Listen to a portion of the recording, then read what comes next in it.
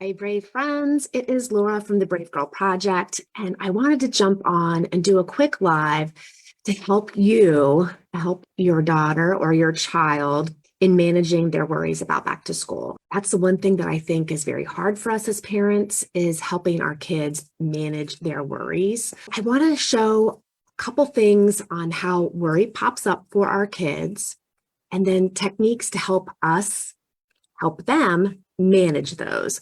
So I'm going to share my screen. Now, if you also have a child that is going through a major transition, maybe they're switching from elementary to middle or from middle to high school, the worries feel bigger.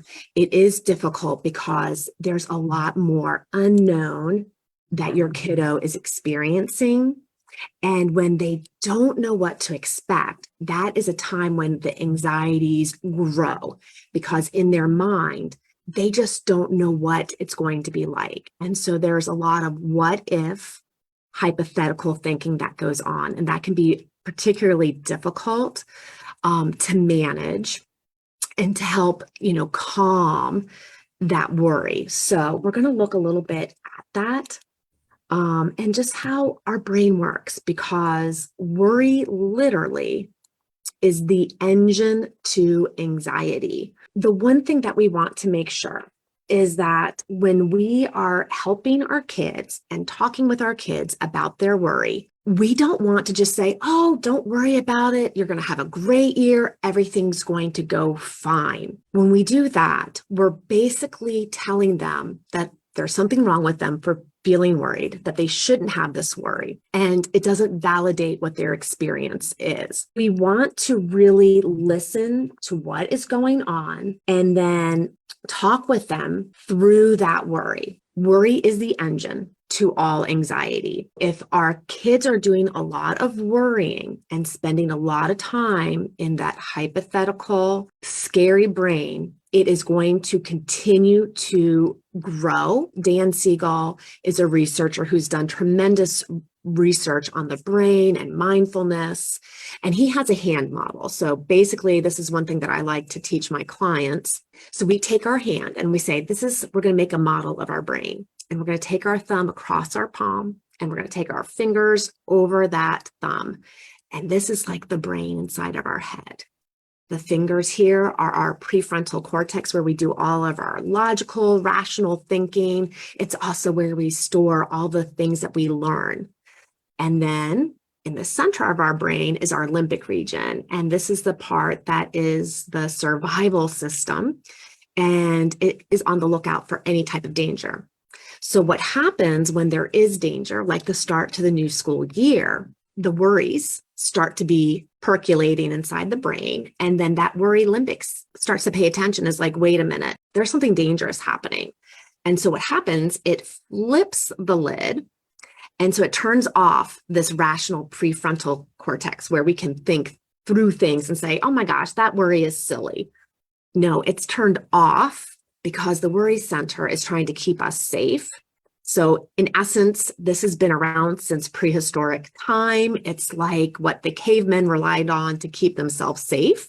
So your brain basically thinks that there's a saber-toothed tiger chasing after your kiddo, and your kiddo's like, oh my gosh, I gotta run. I gotta be really vigilant. I'm gonna be very scared. I'm just gonna keep thinking of these worries because if I keep thinking about them, that's gonna keep me safe.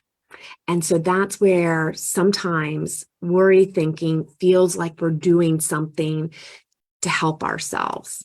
But what we need to do is we need to learn to turn down those worries so we can get the prefrontal cortex back online and really start thinking rationally.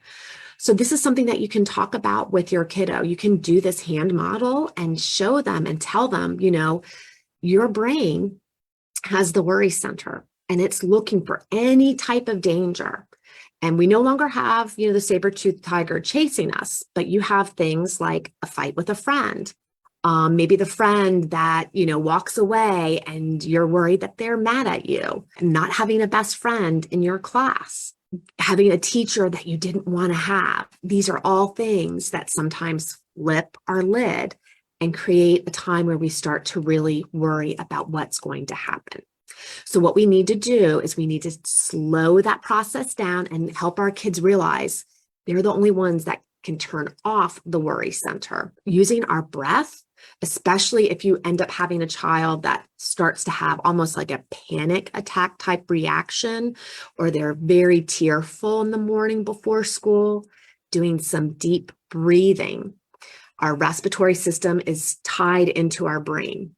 So when we slow our breath down, it sends a message to the limbic system that this might not be an emergency. Okay. And then we can get the prefrontal cortex thinking back online so we can rationalize a little bit more, but we need to calm our kids down first. If we're running from a saber-toothed tiger, we're going to be breathing heavily, trying to run away.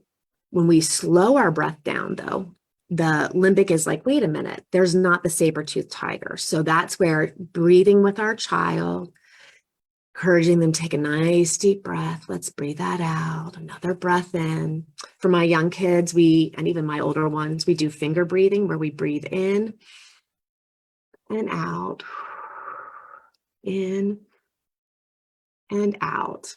So when we do that type of breathing, and this is nice because this is tactile, it keeps them focused on their breath and it's making sure that they take in a nice long inhale and a nice long exhale.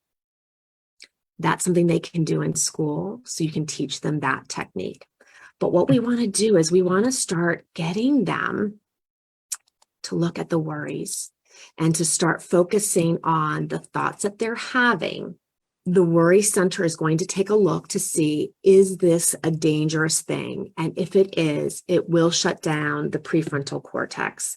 So we need to get that back online. So what we need to do is we need to help our daughters or sons catch their worries. What is it that they're worried about? And we want to explore that with them.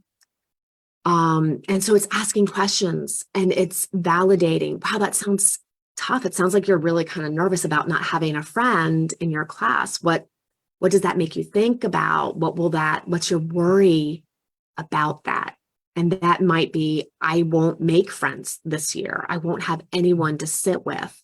No one's going to want to spend time with me. I won't have anyone to sit with at lunch on the first day of school. We can break down and really get to know what are all those worries and those thoughts that are going along.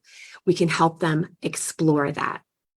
So we want to use our logic to help, once we know what some of those worries are, to help release and explore how valid is that worry. Because a lot of times our brain lies to us because it wants to keep us safe. It wants to keep things, discomfort away. And so it's going to focus in on the things that could be painful for us because it very much wants to avoid those painful experiences. One of the tools that I have found to be very helpful when we have this, what if thinking going on is to use the best case, worst case, and most likely to help our kids really explore their thoughts and to be able then to develop a plan. There's a sheet that I use with my clients. And what we do is we write down on a separate sheet of paper all the different worried thoughts that they might have. The worst case, I don't have a friend in my class that is going to want to sit with me. I don't know who I'll sit with at lunch. No one, I'll be all alone by myself at a table by myself. So what we're going to do is we're going to explore all of those, and we would write those in the worst case. And then we would look at, okay, for that worst case worry, what would be the best case that could possibly happen? The best case, what would that be? And we would write that alongside that worry. And then we would look at, well, what's the most likely thing that would happen? And that may be, I probably will find someone to sit with. On the first day of school, everyone is sitting together, so I really won't be completely alone.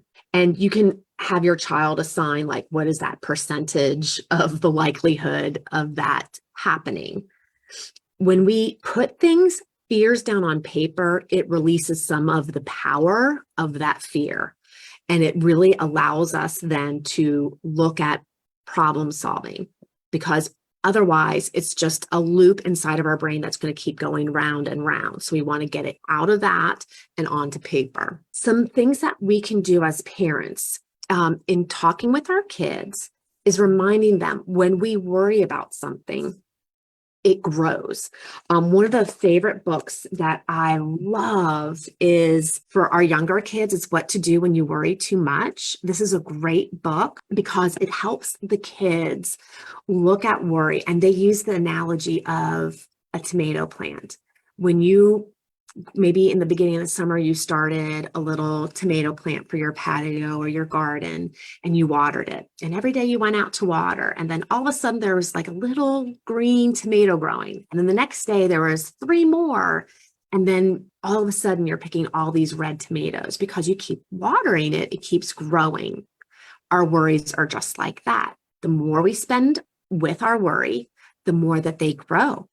So what we want to do, the analogy, if we just stop watering that tomato plant, it is going to dry up. It's going to start to shrivel. None of the new tomatoes are going to pop out and grow. And that's just like our worries. We need to stop worrying and watering our worries. And when we water them, it's by spending our time with them. One thing that we can do with our kids is we can tell them that there can be a set time to worry. Giving your kiddo a set time that they can talk to you about a worry from 4:30 to 4:45 is going to be our worry time. And we're going to talk about all the different worries so that there's a set time for that. Another thing that I like to teach my kids to do, and even my teens, is to talk back to that worry. It can almost be like talking back to that limbic region in a program I use called Go Zen. They call the worried center the whittle, the worrier. Kids can talk back to their whittle, or they can name it anything they want. We need to remind our kids that not every thought that they have is true. Just because you're thinking it doesn't mean that it's going to happen, and it doesn't mean that it's actually true. We need to check for how our worried thoughts are lying to us, because our worried thoughts, they're looking for comfort. They don't want to feel any danger or any discomfort, but going back to school, there's going to be a little discomfort, and that's normal and natural because it's a new year.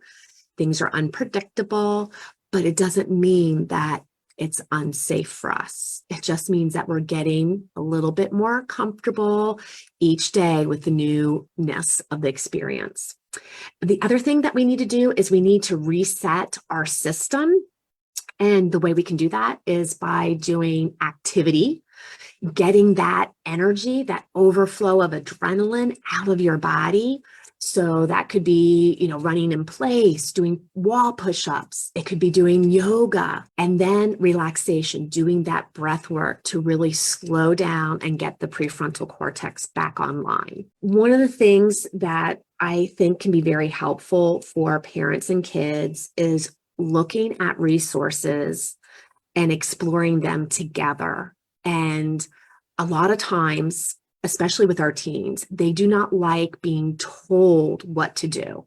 When we can ask them and try to collaborate and be a partner and empathize with them and validate their experience, they're more likely to communicate and help us understand what is their worry so that then we can help support them.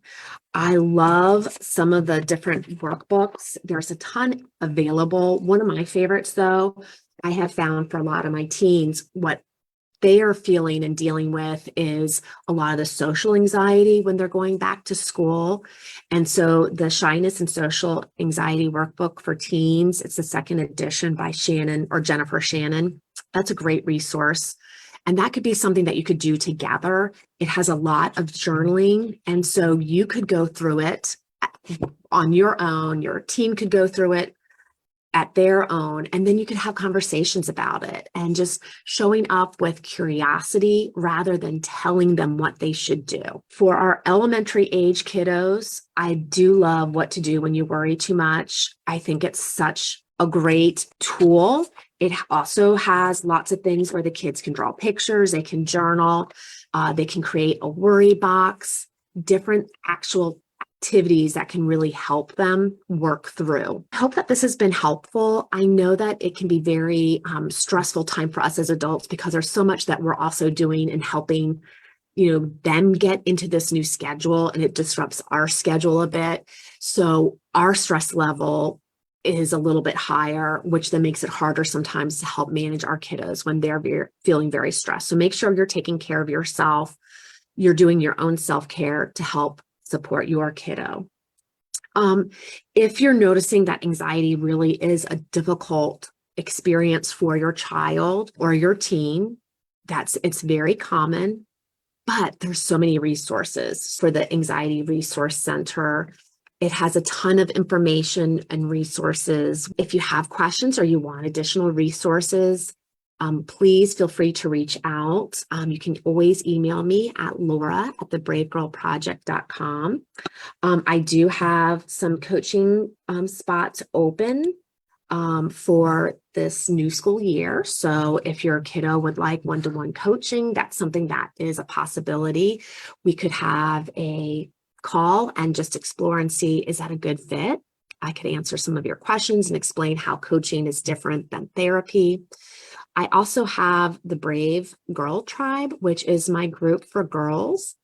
In that, it's a resource. We have lots of courses that girls can explore and look at. And then we have weekly coaching calls and guest speakers. Girls do not have to show up live on the videos. It is right now a group for girls in 5th. I still have some of my girls that have been with me from the very beginning. They're now 9th and 10th grade. So if you have a girl that is looking for a safe and caring community where she can find resources and where you can find resources, I really would love to have you explore that. You can reach out and we can also schedule time to talk about that and see if that program would be a good fit. But I wish your daughter, your son, a sweet and exciting new year, and hang in there. I hope these tips have helped. Continue to live life bravely, sweet friends. Take care. Bye-bye.